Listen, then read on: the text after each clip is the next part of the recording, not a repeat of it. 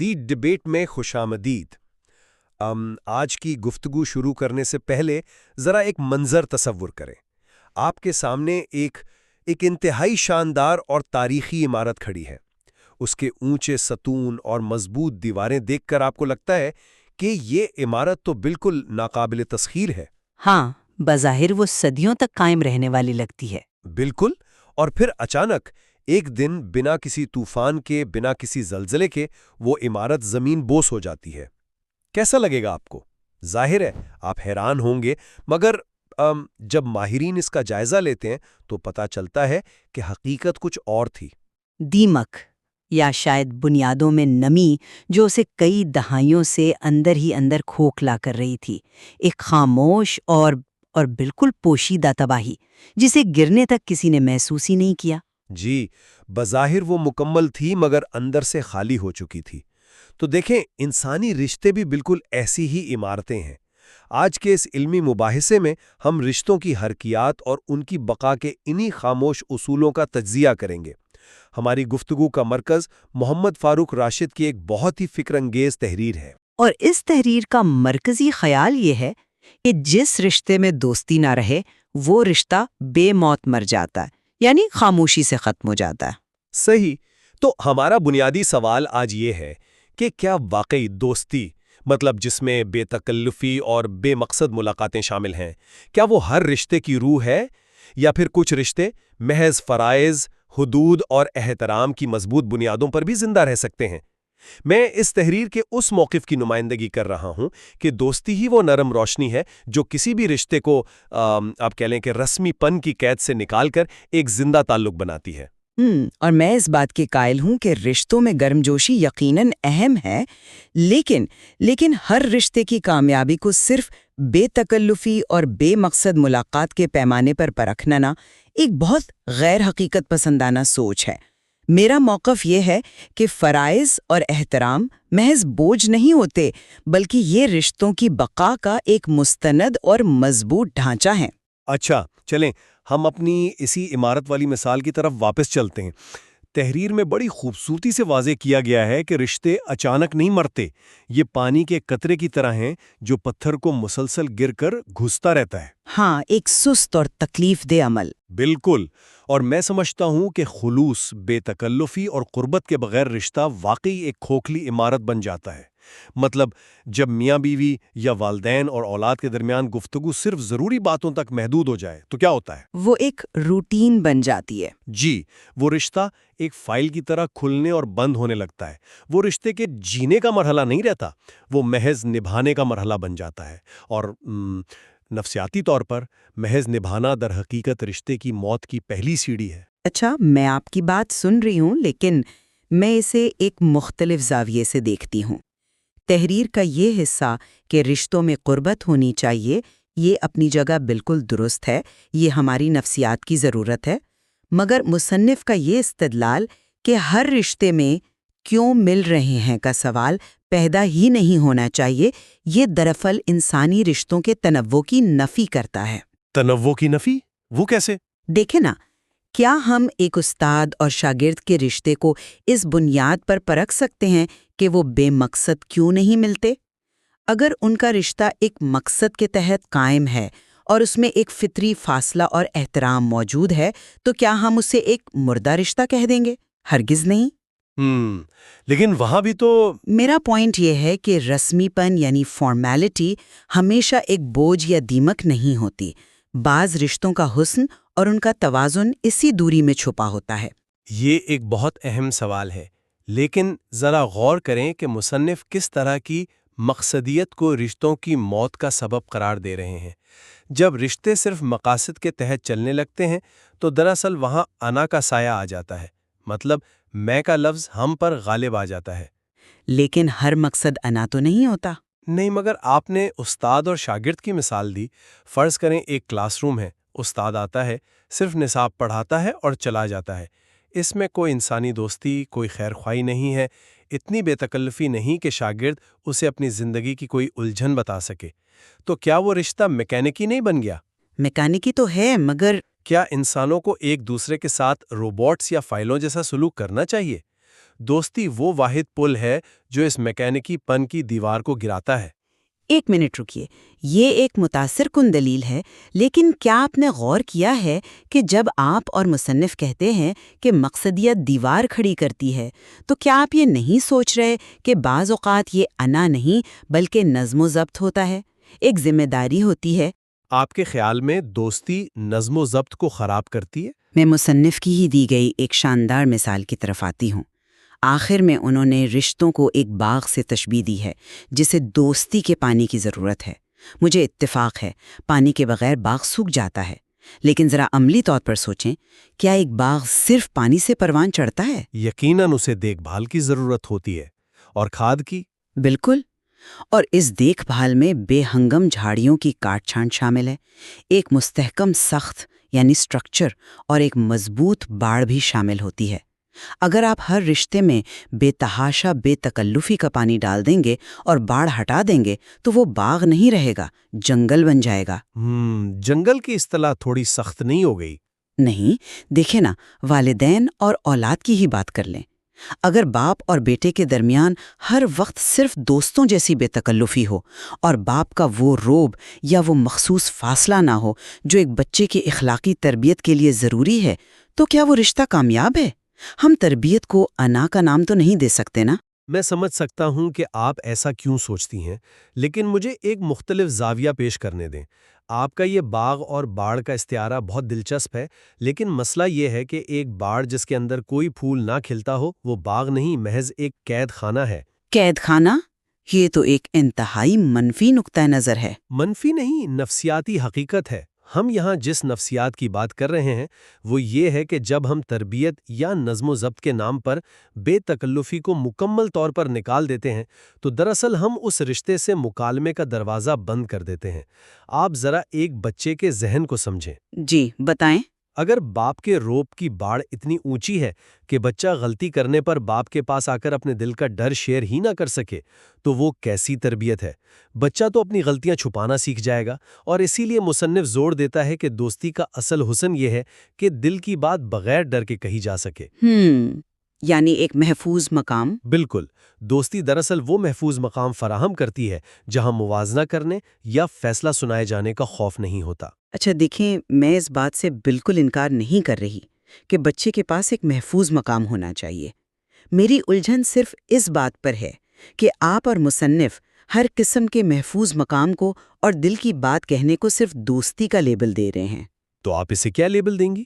ہمدردی، شفقت اور غیر مشروط محبت، یہ جذبات بھی تو یہی کام کرتے ہیں نا۔ ایک بچہ اپنی ماں سے اس لیے دل کی بات نہیں کہتا کہ وہ اس کی دوست ہے، بلکہ اس لیے کہ اسے ماں کی ممتا اور اس کی فطری شفقت پر کامل یقین ہوتا ہے۔ لیکن وہ شفقت دوستی کی ہی تو ایک شکل ہے نا؟ نہیں، مصنف نے انسان کے ہر مثبت اور تعمیری جذبے کو سمیٹ کر اس پر دوستی کا ٹھپا لگا دیا ہے۔ میرے خیال میں یہ انسانی جذبات کی وسعت کو بہت محدود کرنے والی بات ہے۔ میں آپ کا نقطہ سمجھ رہا ہوں، مگر میرا نہیں خیال کہ مصنف کا مقصد رشتوں کی لغت کو محدود کرنا ہے۔ وہ دراصل دوستی کو ایک وسیع تر استعارے کے طور پر استعمال کر رہے ہیں، اور یہ بات جدید دور کے تناظر میں بہت گہری ہو جاتی ہے۔ جدید دور یعنی آج کا ڈیجیٹل دور؟ جی، تحریر کا وہ حصہ یاد کریں جہاں مصنف کا یہ شاندار مشاہدہ ہے کہ آج کے دور میں پیغامات ہیں مگر مکالمہ نہیں، آن لائن موجودگی ہے مگر حقیقی قربت۔ ہمارے وہ سامعین جو اس وقت ٹریفک میں ہیں وہ اس بات کو محسوس کر سکتے ہیں کہ ہم واٹس ایپ پر رابطے میں تو ہیں مگر ایک عجیب سا خلا ہے۔ ہاں، ہم ایک ہی کمرے میں بیٹھ کر سکرینز کے پیچھے چھپے ہوئے ہیں۔ ہم ڈیجیٹلی کنیکٹڈ ہیں مگر جذباتی طور پر بالکل تنہا ہیں۔ بالکل، اور اس مصنوعی پن کے دور میں مصنف کا تجویز کردہ حل یہ ہے کہ ایسی دوستی پیدا کی جائے جو بغیر کسی خاص وجہ کے ملاقات کا تقاضا کریں۔ مطلب جب ہم خود سے یہ پوچھنا چھوڑ دیں کہ اس ملاقات کا مقصد کیا ہے۔ یعنی کوئی غرض نہ ہو۔ بنا دیا ہے کہ ہم وقت کو ایک کرنسی کی طرح خرچ کرتے ہیں۔ مصنف کہتا ہے کہ جب آپ کسی کو بغیر ایجنڈے کے وقت دیتے ہیں، بے وجہ ہنستے ہیں، تو آپ ثابت کرتے ہیں کہ یہ تعلق کسی غرض پر مبنی نہیں ہے۔ یہی بے مقصدیت آج کے دور میں رشتے کی سب سے بڑی طاقت ہے۔ یہ فلسفہ سننے میں بہت رومانوی اور دلکش لگتا ہے، لیکن کیا عملی زندگی میں یہ حقیقت پسندانہ ہے؟ ہمارے انہی سامعین کی بات کر لیں جو صبح 8 سے شام 6 بجے تک نوکری کرتے ہیں، ٹریفک میں خار ہوتے ہیں۔ تو کیا وہ رشتوں کو وقت نہ دیں؟ وقت دیں، لیکن کیا آج کی اس تھکا دینے والی زندگی میں کسی بھی رشتے کو اس بنیاد پر جانچنا منصفانہ ہے کہ آیا ان میں بغیر کسی خاص وجہ کے گھنٹوں باتیں ہوتی ہیں؟ مصنف کا کہنا ہے کہ وقت ضائع نہیں ہوتا، زندگی بنتی ہے۔ لیکن یہ فرض کر لینا کہ صرف طویل بے مقصد ملاقات ہی وقت دینے کی مستند شکل ہے، یہ ایک خطرناک دباؤ پیدا کرتا ہے۔ اچھا، آپ اسے دباؤ کیوں کہہ رہی ہیں؟ کیونکہ یہ رشتوں میں خواہ کا احساس کمتری پیدا کر سکتا ہے۔ ذرا سوچیں، اگر 2 میاں بیوی دن بھر کی محنت کے بعد 15 منٹ بھی خالص اور معیاری وقت مطلب کوالٹی ٹائم گزارتے ہیں تو کیا ان کا رشتہ اس لیے مردہ کہلائے گا کہ وہ گھنٹوں گپ شپ نہیں کر رہے؟ مصنف نے گھنٹوں کی قید تو نہیں لگائی۔ مصنف خود کہتا ہے کہ خاموشی بھی بوجھ نہ لگے، لیکن پھر وہ بے مقصدیت کی طوالت کو لازم قرار دے دیتا ہے۔ میرا ماننا ہے کہ خالص توجہ کے 15 منٹ بے دلی سے گزارے گئے 2 گھنٹوں پر بھاری ہوتے ہیں۔ مجھے لگتا ہے کہ آپ مصنف کی بے مقصد ملاقات کو لفظی معنوں میں گھڑی کے گھنٹوں سے ناپ رہی ہیں، جبکہ بات نیت اور کیفیت کی ہو رہی ہے۔ بے مقصدیت کا مطلب وقت کا ضائع نہیں بلکہ غرض کا نہ ہونا ہے، اور یہیں سے ہم رشتوں کو زندہ رکھنے کے فن کی طرف آتے ہیں، یعنی سننا اور معاف کرنا۔ بالکل، معاف کرنا تو بہت ضروری ہے۔ اور یہ تبھی ہوتا ہے نا جب رشتہ لین دین نہ ہو۔ جب ہم کسی رشتے کو ٹرانزیکشن کے طور پر دیکھتے ہیں تو دماغ حساب کتاب کر رہا ہوتا ہے کہ اس نے میرے ساتھ کیا کیا تو میں کیوں معاف کروں۔ معافی صرف وہاں پر نپتی ہے جہاں دوستی کا وہ نرم جذبہ موجود ہو، جس میں آپ فائدہ نہیں دیکھتے، انسان کو دیکھتے ہیں۔ میں آپ سے 100% متفق ہوں کہ معاف کرنا اور سننا کسی بھی رشتے کے لیے آکسیجن ہے۔ غلطیاں ہم سب سے ہوتی ہیں نا، لیکن یہاں بھی میرا وہی بنیادی اعتراض ہے کہ یہ خوبیاں محض دوستی کی محتاج نہیں ہیں۔ آپ ذرا ذمہ داری کے تصور پر غور کریں۔ بتائیں۔ تحریر میں ایک جملہ ہے جو مجھے ذاتی طور پر بہت کھٹکتا ہے۔ مصنف نے لکھا ہے کہ اگر دوستی نہیں تو وہ رشتہ صرف ایک نام ہے، ایک ذمہ داری ہے، ایک بوجھ ہے جو ایک دن خاموشی سے ختم ہو جائے گا۔ میرا سوال یہ ہے کہ کیا ہم نے ذمہ داری جیسے عظیم انسانی رویے کو بوجھ اور موت کی علامت نہیں بنا دیا؟ مصنف اسے بوجھ اس صورت میں کہہ رہا ہے جب اس میں سے خلوص نکل جائے۔ لیکن فرائض کی ادائیگی میں بھی ایک انتہائی گہرا خلوص ہوتا ہے۔ ذرا تصور کریں، ایک بیٹا جو اپنے بیمار والد کی رات دن خدمت کر رہا ہے، وہ اپنا کیریئر قربان کر رہا ہے۔ اس روٹین میں ان کے درمیان کوئی بے تکلفانہ ہنسی مذاق نہیں، کوئی بے مقصد گپ شپ نہیں ہے، تو کیا وہ ذمہ داری ایک بوجھ ہے؟ کیا وہ رشتہ مر چکا ہے؟ ظاہر ہے ایسا نہیں کہا جا سکتا۔ بالکل نہیں کہا جا سکتا۔ وہ ذمہ داری دراصل محبت کی سب سے بلند شکل ہے۔ اسے مرتا ہوا رشتہ قرار دینا ان تمام لوگوں کے خلوص کی توہین ہے جو فرض شناسی سے اپنے رشتے نبھا رہے ہیں۔ میں آپ کے اس احساس کا احترام کرتا ہوں، اور یہ واقعی ایک جذباتی نکتہ ہے۔ لیکن آئیے اس کیئر گیور یعنی اس خدمت کرنے والے بیٹے کی نفسیات کو ذرا گہرائی میں سمجھتے ہیں۔ مصنف ذمہ داری کی اہمیت کا انکار نہیں کر رہا، تو پھر وہ اسے بوجھ کیوں کہہ رہا ہے؟ وہ دراصل اس کیئر گیور برن آؤٹ کی طرف اشارہ کر رہا ہے جسے نفسیات بھی مانتی ہیں۔ وہ بیمار والد کی خدمت کرنے والا بیٹا ان راتوں کی جاگنے کی تھکن کو کیسے برداشت کرتا ہے؟ وہ تبھی مضبوط رہتا ہے جب اسے ماضی میں اپنے والد کے ساتھ گزرا ہوا کوئی اچھا وقت یاد آتا ہو۔ یعنی ماضی کی کوئی یاد؟ جی، جب اس کے دل کے کسی کونے میں وہ اپنائیت، وہ نرم روشنی جسے ہم دوستی کہہ رہے ہیں، موجود ہو۔ اگر شروع دن سے ہی ان کا رشتہ محض ایک میکینکی فرض ہوتا تو آج وہ خدمت واقعی ایک سماجی دباؤ بن جاتی۔ انسان فرض نبھا تو لیتا ہے لیکن اندر سے ٹوٹ جاتا ہے۔ مصنف کا اشارہ اسی خاموش موت کی طرف ہے کہ بظاہر ذمہ داریاں نبھائی جا رہی ہیں لیکن اندر سے روح غائب ہو چکی ہے۔ اس کا مطلب ہے کہ آپ اور مصنف ہر انسان سے ایک ہی قسم کے جذباتی اظہار کی توقع رکھ رہے ہیں۔ یہاں میں یاد دلانا چاہوں گی کہ ہر انسان کی شخصیت مختلف ہوتی ہے اور محبت کے اظہار کی زبانیں، جنہیں ہم لو لینگویجز کہتے ہیں، وہ بھی مختلف ہوتی ہیں۔ یہ بات تو ہے۔ کچھ لوگ فطرتاً بہت سنجیدہ، کم گو اور ریزروڈ ہوتے ہیں۔ ان کے پیار کے اظہار کا طریقہ قہقہے، بے مقصد ملاقاتیں یا طویل مکالمے نہیں ہوتے۔ وہ آپ کا کوئی کام کر کے یا ایک خاموش اور مستقل سیکیورٹی فراہم کر کے محبت کا اظہار کرتے ہیں۔ ان کی زبان ایکشن ہوتی ہے، الفاظ نہیں۔ تو آپ کا مطلب ہے ان کے رشتے مردہ نہیں ہیں؟ بالکل نہیں۔ اگر ہم اس تحریر کے معیار کو حتمی مان لیں تو ایسے تمام انٹروورٹس کے رشتے تو پہلے دن سے ہی مردہ قرار پائیں گے، کیونکہ وہ تو بے تکلفی کا وہ مظاہرہ نہیں کر رہے جس کا مطالبہ تحریر کر رہی ہے۔ اچھا، یہ ایک بہت ہی زبردست اور عملی سوال ہے، لیکن خوش قسمتی سے تحریر میں اس کا بہت خوبصورت جواب موجود ہے۔ مصنف نے واضح طور پر لکھا ہے کہ ایک اچھا دوست وہ ہوتا ہے جو خاموشی کو بھی سمجھ لے۔ ہاں، یہ جملہ واقعی بہت گہرا ہے۔ دوستی کا مطلب صرف مسلسل بولنا یا شور مچانا نہیں ہے، یہ وہ کیفیت ہے جہاں خاموشی بھی بوجھ نہیں لگتی۔ اگر دو سنجیدہ یا کم گو لوگ ایک کمرے میں بیٹھے ہیں، کوئی بات نہیں کر رہے، اپنا کام کر رہے ہیں، مگر انہیں ایک دوسرے کی محض موجودگی سے سکون مل رہا ہے، تو یقین جانیے یہ اسی دوستی کی علامت ہے جس کی مصنف بات کر رہا ہے۔ یعنی خاموش موجودگی۔ جی، مسئلہ وہاں پیدا ہوتا ہے جب ہم مصروفیات کا بہانہ بنا کر اس خاموش موجودگی سے بھی کترانے لگتے ہیں۔